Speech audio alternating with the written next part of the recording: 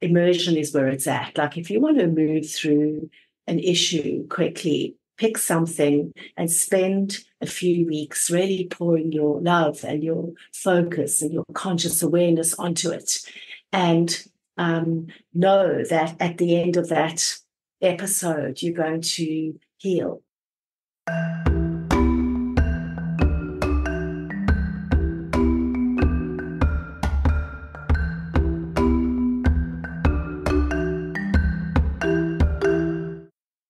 Hello and welcome to Self Talk.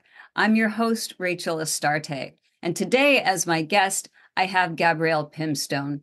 She is an energy coach who is dedicated to assisting those on the cusp of change, but in need of that crucial nudge forward. She likes to tell her story, which she calls Finding Your Inner Hero, a journey beyond burnout. And that narrates her journey of resilience and reinvention, highlighting 6 defining moments. She offers inspiration and practical tips to individuals to break free of stagnation and fear, something we all have to deal with. Her central message is that it's never too late to make meaningful life change. What a beautiful message that is. Thank you, Gabrielle, for being here. And thank you so much for having me, Rachel. It's lovely to be here. So we talked a little bit and through emails and whatnot, but you actually started in a corporate psychology career and then became an energy healer. Can you tell us a little bit about that transition? Yes, happy to. Well, I'd always had 2 paths in life ever since I was a young child. I remember my first major dream happening when I was about 8, and I woke up in the middle of the night really terrified, but took my journal out and started writing about it. I couldn't make sense of it at the time. And I was always interested in the human psyche, but also interested in the spiritual path. And when my father passed away when I was 9, that got a lot of serious questions going. But I ultimately found my way into organizational psychology, and that's when my career took off. I had a wonderful career. It was intellectually stimulating, but it was also gratifying to be a part of a people's story in a corporate world where things are so pressurized, where it's all about making money.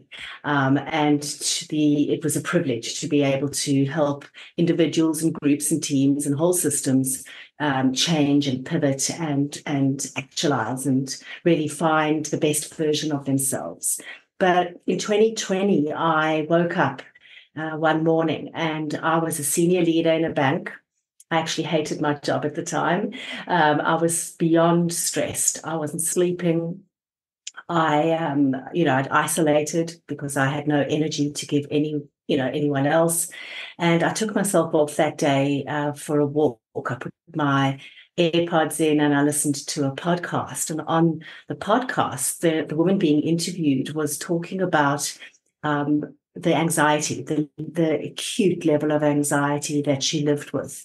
And it was actually chronic, but she was talking about her daughter who'd been involved in a car accident, years before, who was now expecting her first child and life was good. But this woman couldn't enjoy the moment. She was constantly waiting for the other shoe to fall. And I almost dropped, as I was walking up this mountain, that is my story. And I've got to do something about it because this life that I'm living, felt like I was in an invisible spiritual prison. And even though it was a prison in my mind, I was seriously trapped there. And so that was the catalyst for me. That's what got me thinking about and ultimately moving into a different direction. Yeah, and quite a different direction it was. If you're focusing on in a corporate setting and people are really considering, like, how can I make money? How can I have material things? How can I be at the best of my game to advance my career? A shift into a more spiritual world, it seems pretty radical to me. Did you have any tension within yourself about that shift? I had a lot of tension. I had shame. What are people going to think? I had anxiety. How am I going to make money? I had, I wouldn't say guilt. No, I'm just kind of going through the whole gamut of things. I had disillusionment. I had a whole bunch of things, but it wasn't it had been building for a while. And what I'd done in the few years before making my final decision, I'd pivoted my focus in corporates and I'd started to work in the area of purpose, which has become a bit of a buzzword in organizations, but really helping organizations and senior leaders understand that profit and purpose are not mutually exclusive, that you can run a thriving organization, but you can also have social impact.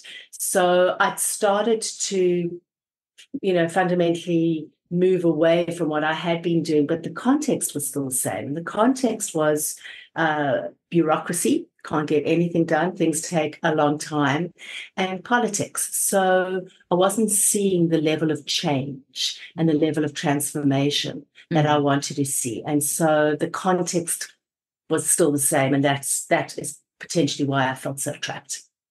Yeah, and so to make that shift for yourself, I would assume that the change had to start inwardly.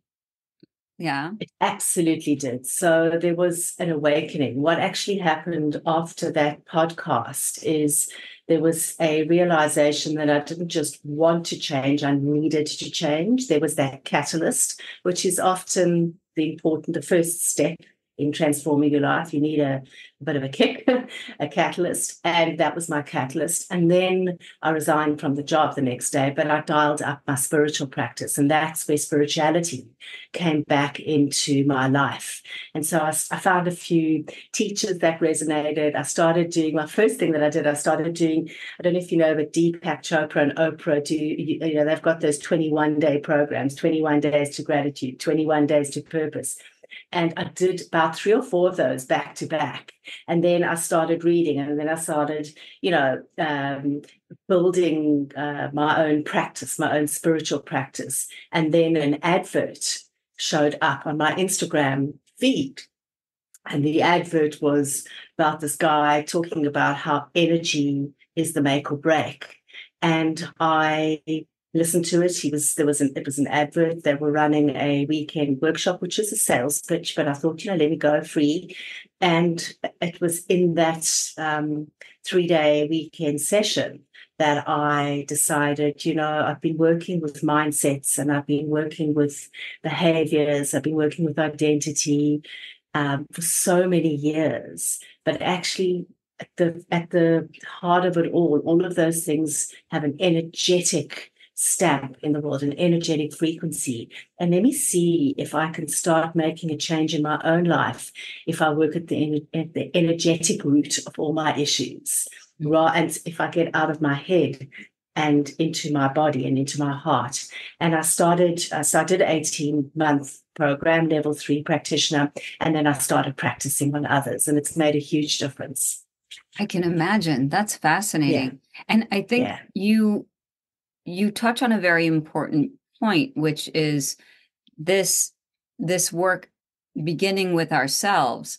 I would assume that given the level of anxiety, the concern, the shame, and maybe guilt that you were going through, there were a lot of blocks that you had to work through as you did your training. Yeah. And so for the people who are listening, who may be interested in working, and we're going to talk about energy mastery in a moment, but who may be interested in working with energy and might be a little afraid to do so, what kind of advice can you share, even just from your own perspective or perhaps from your clients?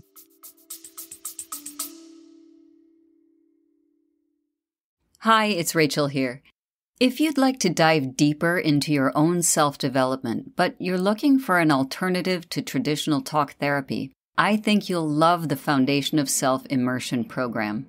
For a full year, you'll get dynamic coursework you can complete on your own time, plus weekly coaching calls and monthly one-on-one sessions with me for personal support. Visit foundationofself.com and click on the events page for more information. That's foundationofself.com. Now, Back to the episode. Well, I'd love to talk about my perspective, because from my perspective is how I've built my practice with my clients. So it's actually one and the same thing. What I found is, yes, as I was going through the 18-month training, stuff came to the surface to be released because, that's just the nature of the beast. And there were a couple of periods. They lasted about 3 weeks, 3 to 4 weeks, where I sat in the fire with the one time it was anxiety, and the other time was actually shame as well, and anger. Actually, there were 3 times. I went through 3 processes where for 3 to 4 weeks I was like in a vortex and I was just releasing. And when I popped out of each of those episodes, I'd released what had been holding me back all those decades. So I would say to people, immersion is where it's at. Like, if you want to move through an issue quickly, pick something and spend a few weeks really pouring your love and your focus and your conscious awareness onto it. And know that at the end of that episode, you're going to heal. It's not just possible, it's probable that you'll release whatever that issue is that you're working on. So immersion is a really important principle for change that I work with. I'd also say, from an energetic perspective, when you are releasing deeply held, trauma and blocks, you actually can physically purge and you can emotionally purge. And it's a very uncomfortable process. Physically, you get headaches, you're restless, you can't sleep. I know somebody, this is not me, but they broke out in rashes and hives.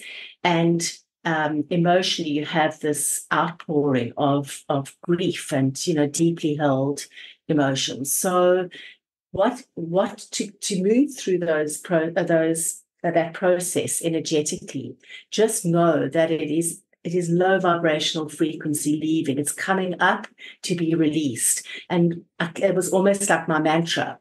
And that got me through the tough times.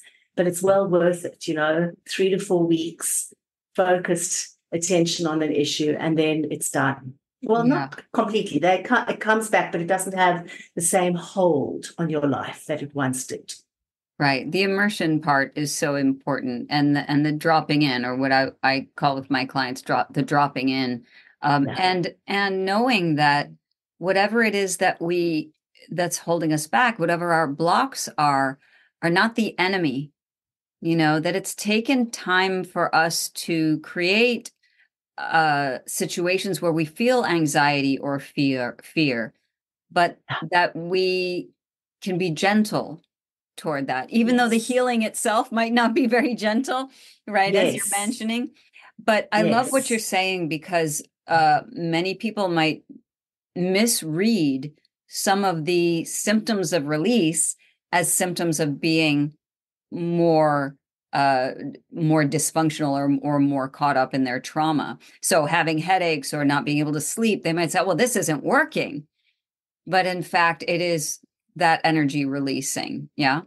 Really is. And it intensifies first. My experience has certainly been, and people that I've worked with, is that, it does intensify first. And the purging, it's like, that saying, the just leaning to your discomfort, the more you avoid it, the longer it's going to take, or the more it's an energetic process. But I wanted to talk a little bit about, because I took some notes when you were just speaking now, because I think it's worth saying that it's really important not to self-flagellate and to hold yourself lovingly through the process, because every emotion has got a golden and a shadow side. We all know that. So, fear played its role. It may have run its course. It ran its course in my life, but, it really kept me feeling safe in a strange way for many, many years, for decades.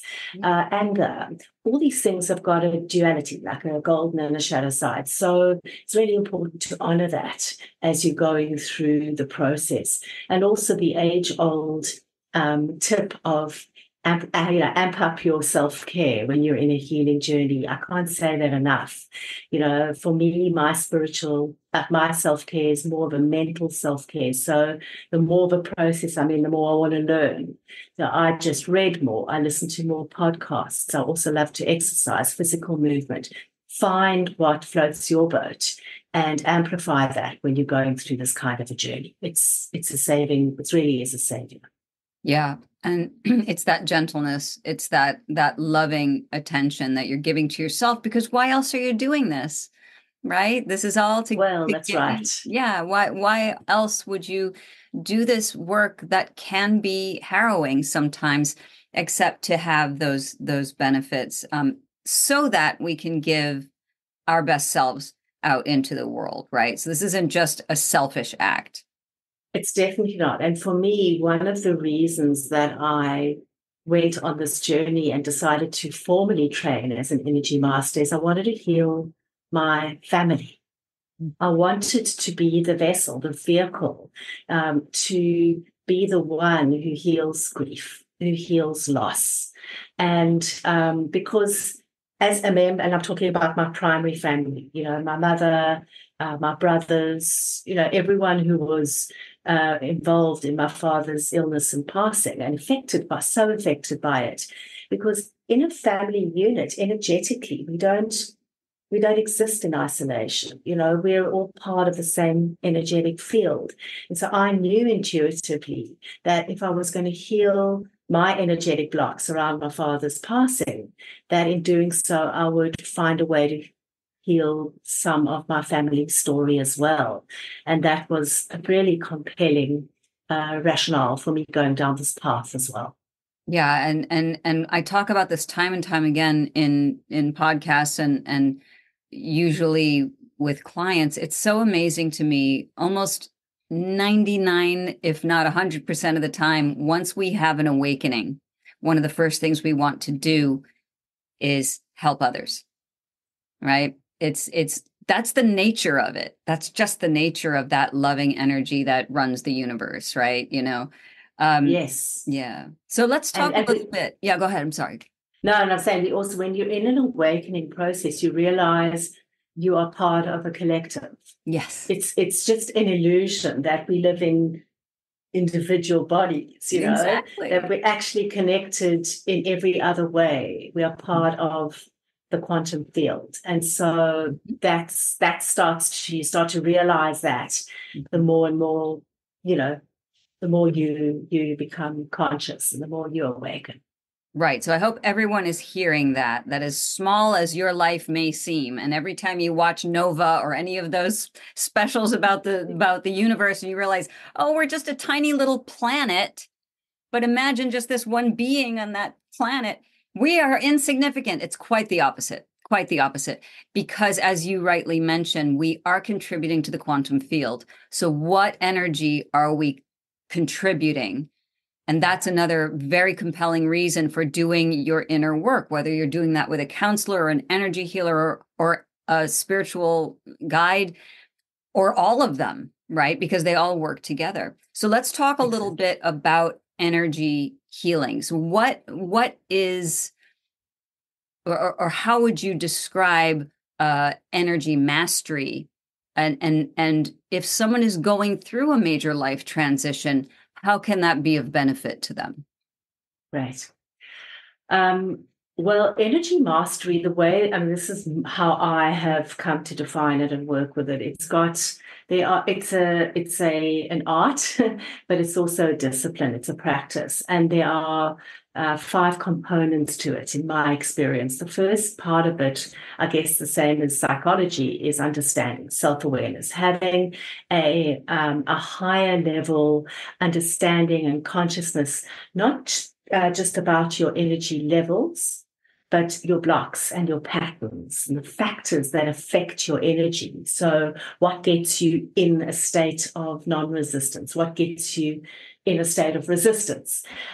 So being able to tune in, understand your energy, number one. Number two is the ability to protect your energy, because we live in an environment where we are bombarded with, a lot of information, If I go back to the corporate context, there's a lot in corporates, but just, every day, it's really important that we know how our environment affects us and how we eliminate blocks or shield or protect ourselves from the blocks in our environment or the triggers in our environment. And the third element is really the healing part, which is clearing your energy. We've all got invisible energy blocks that accumulate over time, and they may be out of our awareness, but they're running the show. And so they've got a really powerful impact on our lives. So what I do is I heal people, but I also teach people how to heal themselves.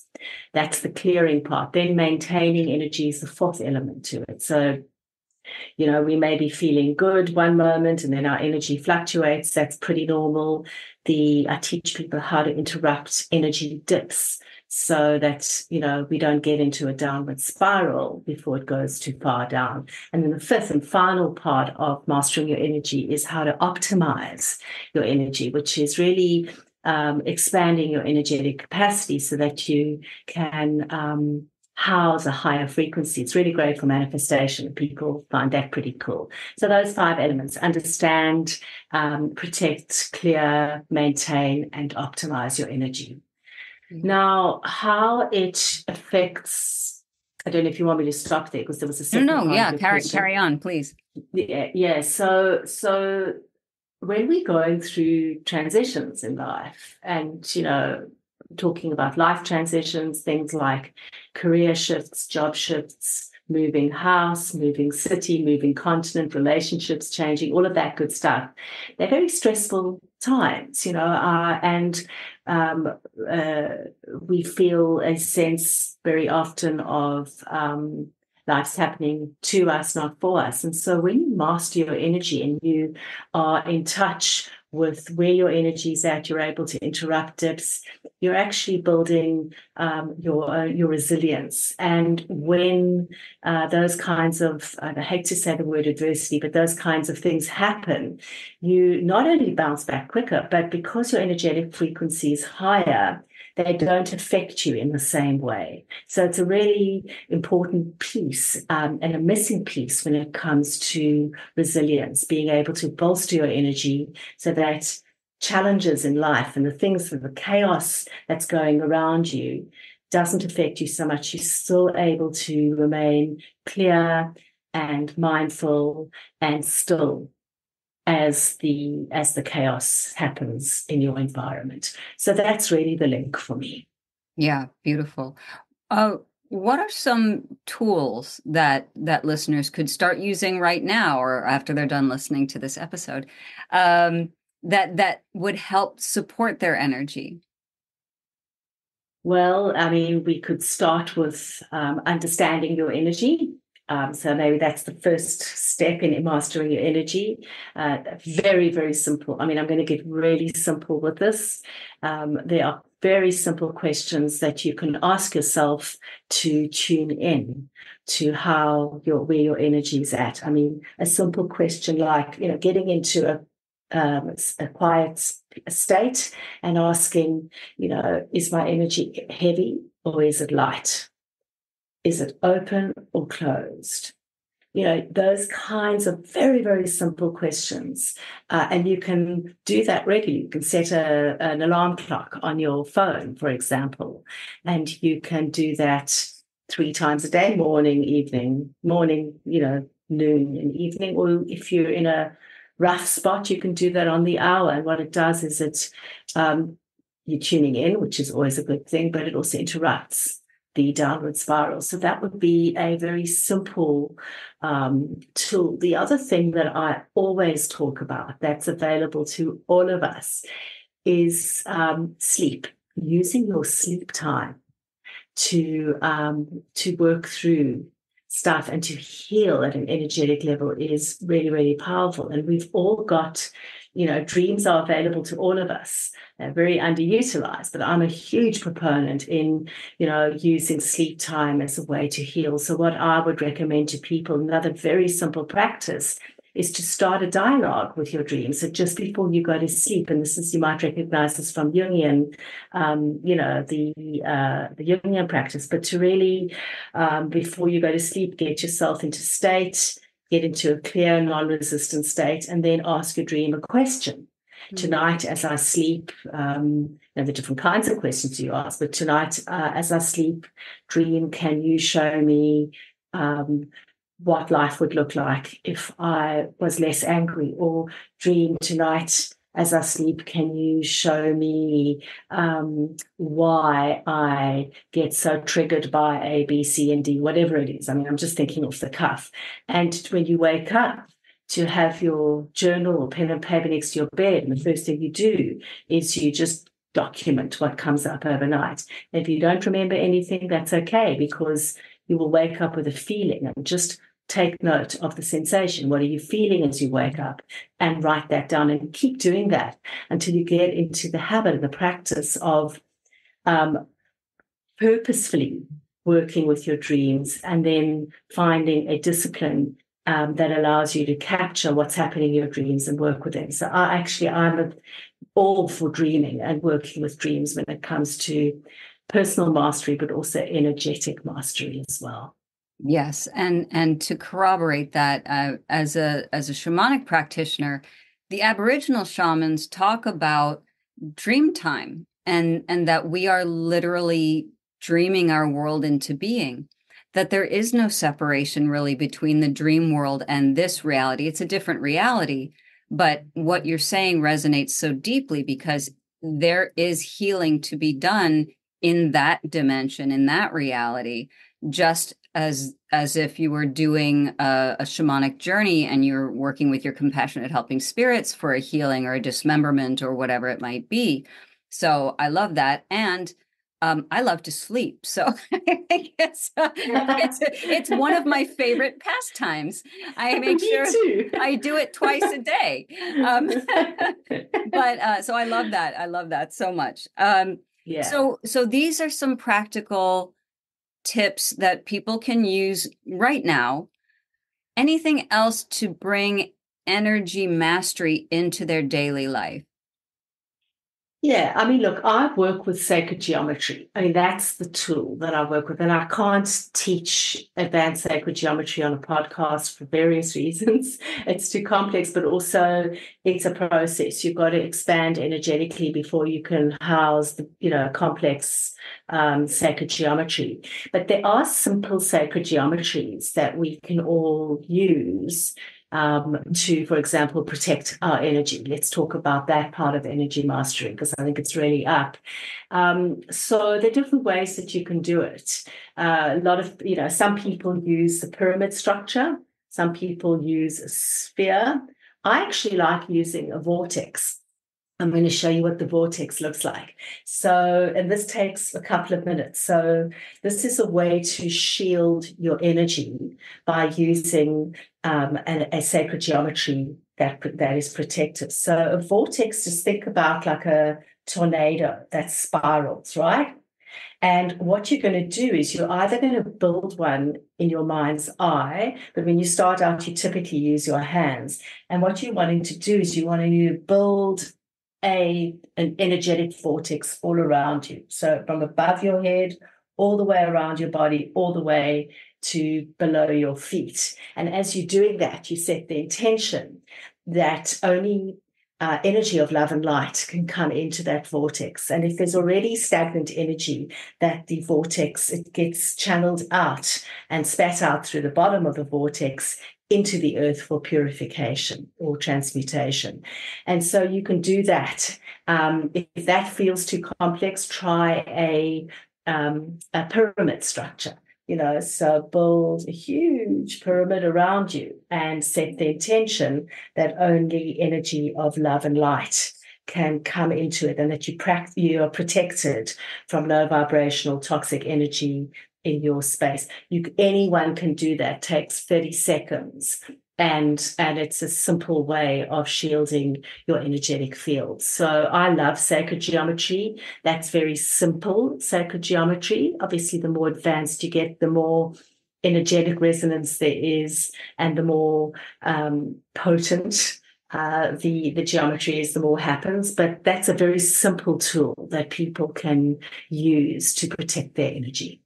Beautiful. I love that. And you're right. It's a very simple thing, and it's intentional, right? It's all about that intention of, and that's how we work with energy, and which is all around us. Everything that we see is simply vibrating energy. So we're constantly interacting with energy as it is, whether we see it or not. Like, this is just vibrating energy is all it is, you know. How lovely to know that we're surrounded like that. So Yes. these are beautiful, practical ways to bring energy mastery into your life. If people want to go deeper, how can they find you, Gabrielle? Best way to find me, you can contact me on my Instagram. I think that is probably the best way, Gabrielle.Pimstone. I'm fantastic when it comes to DMing, so reach out to me there. If you aren't on Instagram, you can always find me on my website, send me a message. There are multiple ways to get hold of me over there. I'm sure, Rachel, you'll have the link to my website in your show notes. So there are multiple ways to do that. Yes, and I want to thank you so much, because Gabrielle is calling in from Sydney. So she's already in tomorrow. I asked her already how tomorrow is, and she said it's hot and sticky. So, so there we have an oracle and the pleasure of your time. I'm so glad that you were able to reconnect and we could finish the interview. But yes, I will have all these links in the show notes. Gabrielle Pimstone, thank you so much for spending time on Self Talk. Thank you so much for having me. It was wonderful.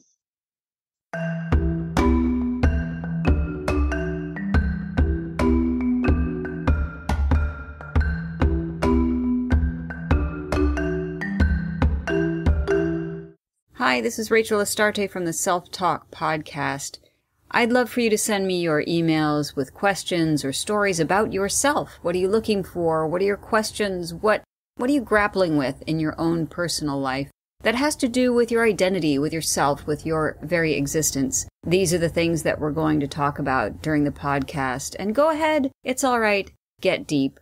I can handle it. So send them to Rachel@selftalkpodcast.com. And I'll see you on the next episode.